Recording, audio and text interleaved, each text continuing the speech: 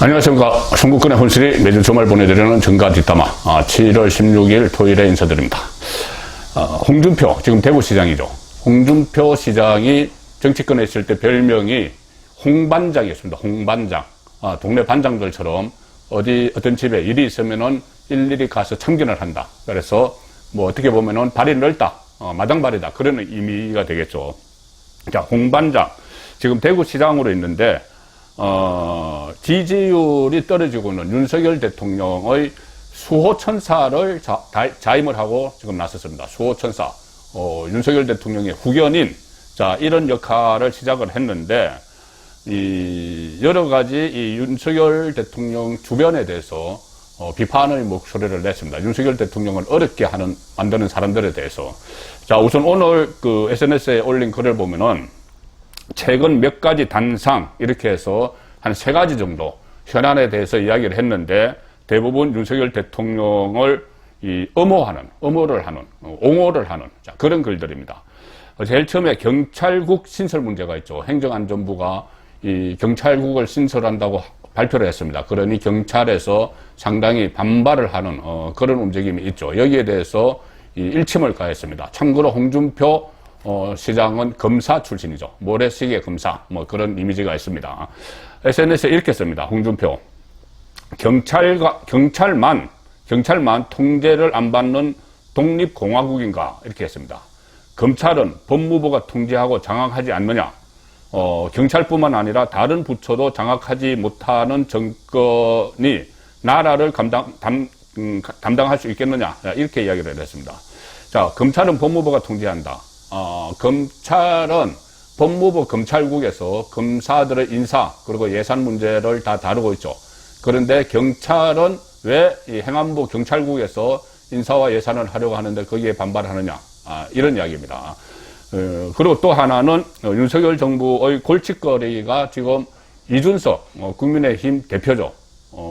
당원권 정지 6개월을 당하고 나서 지금 전국을 돌면서 이 여론전을 펼치기 위해서 다시 지지층을 모으는 그런 행동을 하고 있는데 여기에 대해서 홍준표 시장이 따끔하게 또 일침을 가했습니다. 참고로 홍준표 시장과 이준석은 상당히 관계가 좋았죠.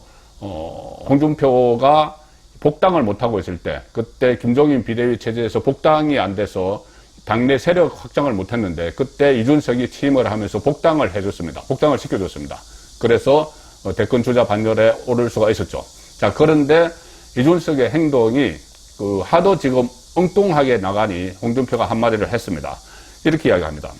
일단 여야를 통틀어 이렇게 합니다. 여야를 통틀어 청년 파리 정치 좀 그만해라.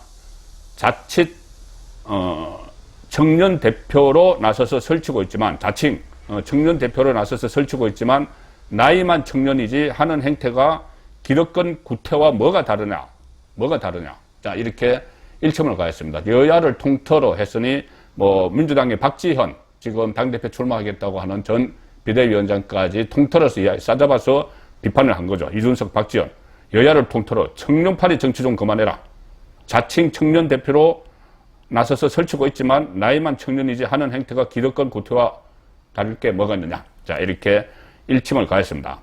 그리고 민주당이 최근에 윤석열 정부 들어서 이 안보 문제와 관련해서 안보 적폐 이런 말들이 나오고 있죠.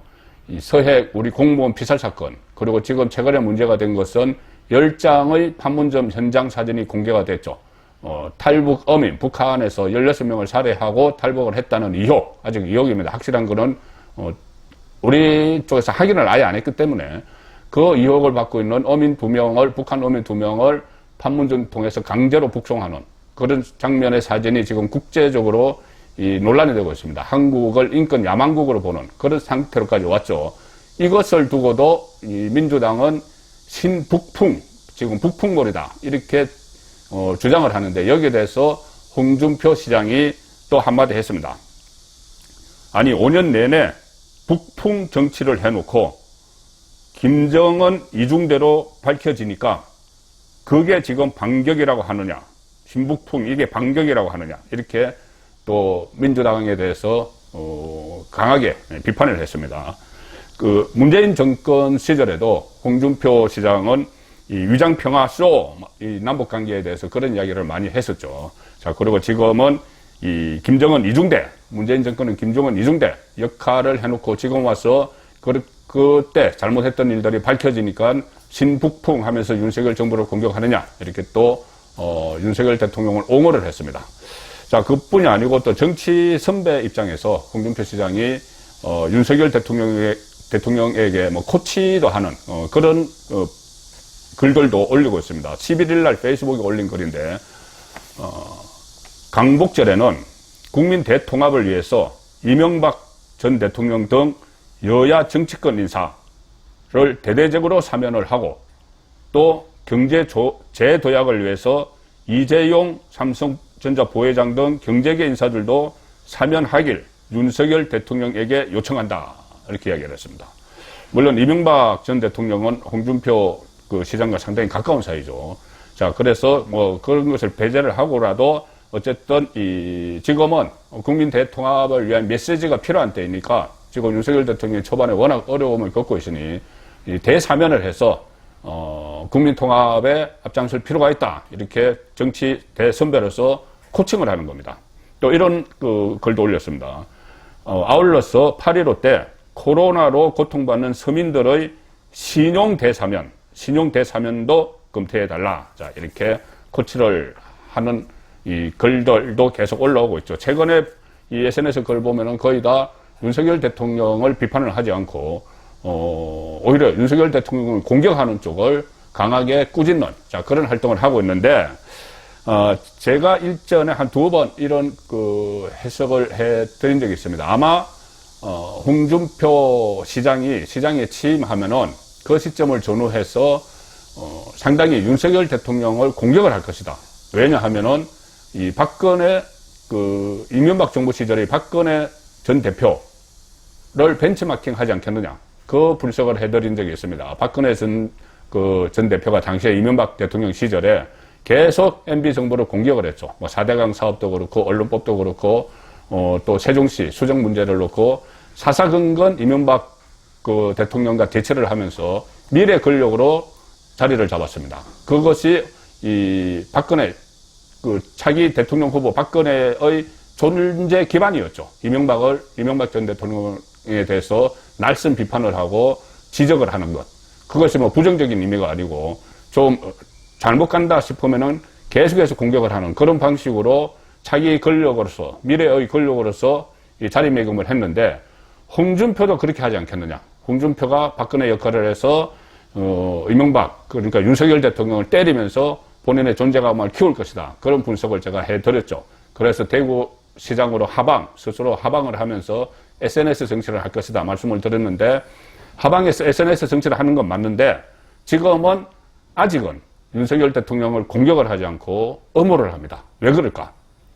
임기 초반이기 때문에 그렇죠. 두 가지 큰 이유가 있는데, 첫 번째는 윤석열 정부 임기 초반부터 막 공격을 하면은 오히려 역풍을 맞습니다. 그리고 특히 이 국민의힘 대선 후보 경선에서 마지막까지 두 사람이 치열하게 다퉜기 때문에 이 뒤끝이 있다. 이렇게 이 논쟁이 될 수가 있죠. 논란이 될 수가 있습니다. 그래서 임기 초반에는 윤석열 대통령에 대한 공격보다는 오히려 어차피 한 팀이니까 국민의힘 소속이니까 서로 이렇게 윈윈을 하는 그쪽으로 지금 나가는 겁니다. 임기 초반에. 이 말씀은 거꾸로 말씀드리면은 언젠가부터는 점점 윤석열 대통령에 대한 비판 강도를 높일 것이다. 그렇게 예상을 할 수 있죠. 윤석열 대통령은 계속 잘한다만 해서는 차별화가 안 됩니다. 전임 정권과 차별화 안 되면은 다음 정권은 미래가 없죠. 자, 그래서, 임기 초반에는 대립각을 세우지 않는 이 이유 하나, 앞으로 서서히 대치할 것이다. 그리고 또 하나 결정적인 이유가 지금 윤석열 대통령 지지율이 상당히 떨어지고 있죠. 물론 제가 지지율을 30%대로 계속 이끌고 가는 것은 이 민주당 지지층의 낮은 그 지지율 3.3%, 뭐 6% 이런 윤석열 정부에 대한 지지율이 견인을 하고 있다고 말씀드리지만 전반적으로 지지율이 떨어지고 있습니다. 그리고 보수의 텃밭이라는 대구 경북 홍준표가 시장으로 있는 대구에서도 윤석열 대통령의 지지율이 떨어지고 있죠. 이 상황에서 대구시장인 홍준표까지 윤석열 대통령에 대한 공격에 동참을 한다면은 그것은 또 역풍을 맞습니다. 대구시장이 임기 초반에 윤석열 대통령의 지지율이 그나마 떨어지고 있는데 거기에 더 상처를 나게 한다면은 역풍을 맞을 수가 있죠. 자, 그래서 윤석열 대통령의 지지율 하락, 그리고 임기 초반, 이것을 감안을 해서 지금은 공격을 하지 않고 엄호를 하는 겁니다. 자, 그런데 어쨌든 이 홍준표 시장은 이 차기 대선 준비를 지금 하고 있죠. 사실상 하고 있습니다. 여러 가지 대구에서 움직임이 곧 이 중앙 정치로 계속 알려지면서 이 대선 준비를 하고 있다. 이런 인상을 강하게 받는데,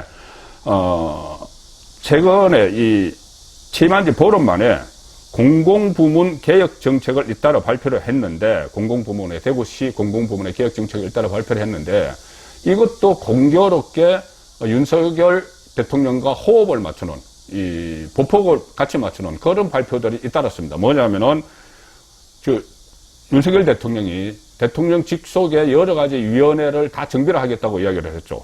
그리고 공공기관 개혁 이야기를 했습니다. 그런데 윤석열 대통령이 그 이야기를 했는데 홍준표 시장이 대구시 차원에서 똑같은 이야기를 합니다. 대구시의 공공기관 통폐합, 대구시의 위원회 정비, 또 공무원 조직 설림화, 채무 감축. 자, 임기 내에 대구시의 채무를 60% 이상 감축하겠다.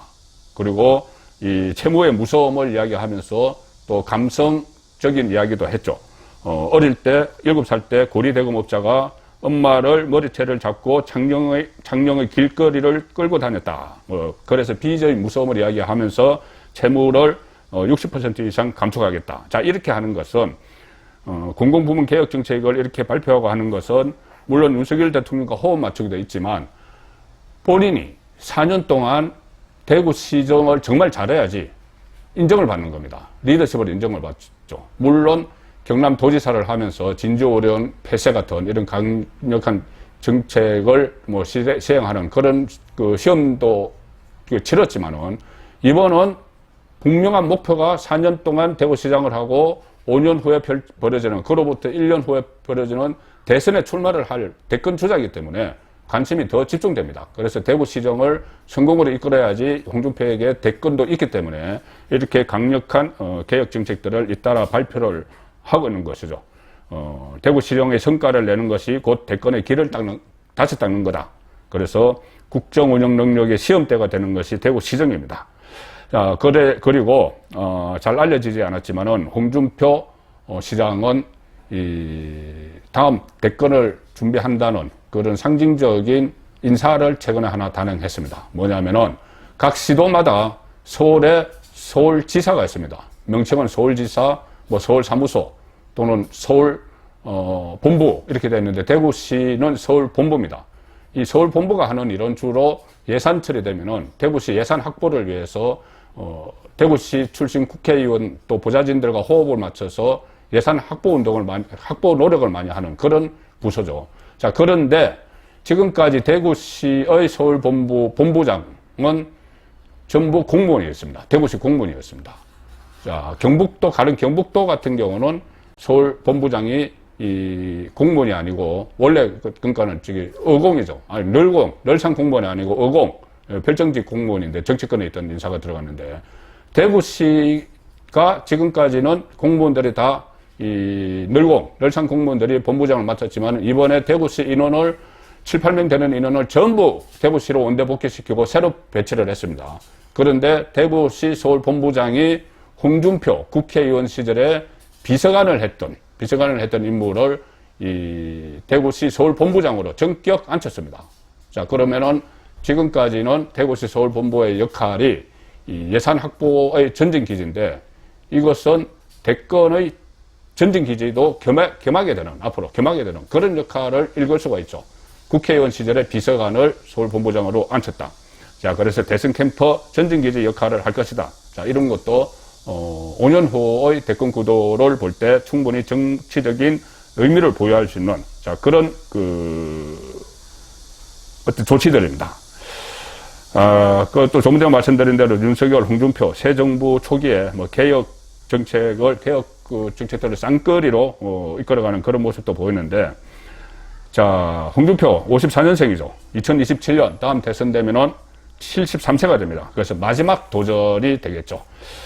다만 이 상황이 그렇게 만만치만은 않습니다. 모든 일이 그렇듯이 다시 대선에 대권에 삼수를 하는 셈이죠.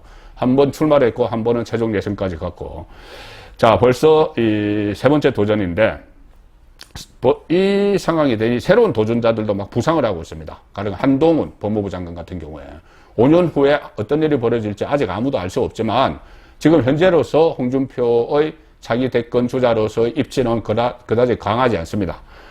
최근에 RN서치가 여론조사를 했는데 자기 지도자감 조사입니다. 1위가 이재명 38.5%, 오세훈 2위가 15.1%, 3위가 한동훈입니다. 법무부 장관 12.4%, 홍준표는 6.3% 받아서 4위에 머물렀고, 그 다음이 안철수 5.6%. 자, 이렇게 되는데, 일단은 이 상황, 오늘 상황까지는 홍준표의 자기 대권 그 가도가 그다지 평탄하지 않을 수가 있습니다. 그렇지만 조금 전에 말씀드린 대로 대구시 그 시정에서 탁월한 성과를 보이면서 리더십을 다시 확인을 시키고 SNS 활동을 통해서 윤석열 정부의 이 성공을 위해서 같이 돕는 모습을 보이고, 그러다가 나중에 일정 시점에는 자기 정치를 하는 거죠. 윤석열 대통령과 대립각을 세울 겁니다. 자, 그런 일련의 과정들을 그러니까 홍준표의 대권 로드맵, 이것을 지켜보는 것도 중요한 관전 포인트다. 그렇게 말씀을 드리겠습니다. 정가 뒷담화였습니다.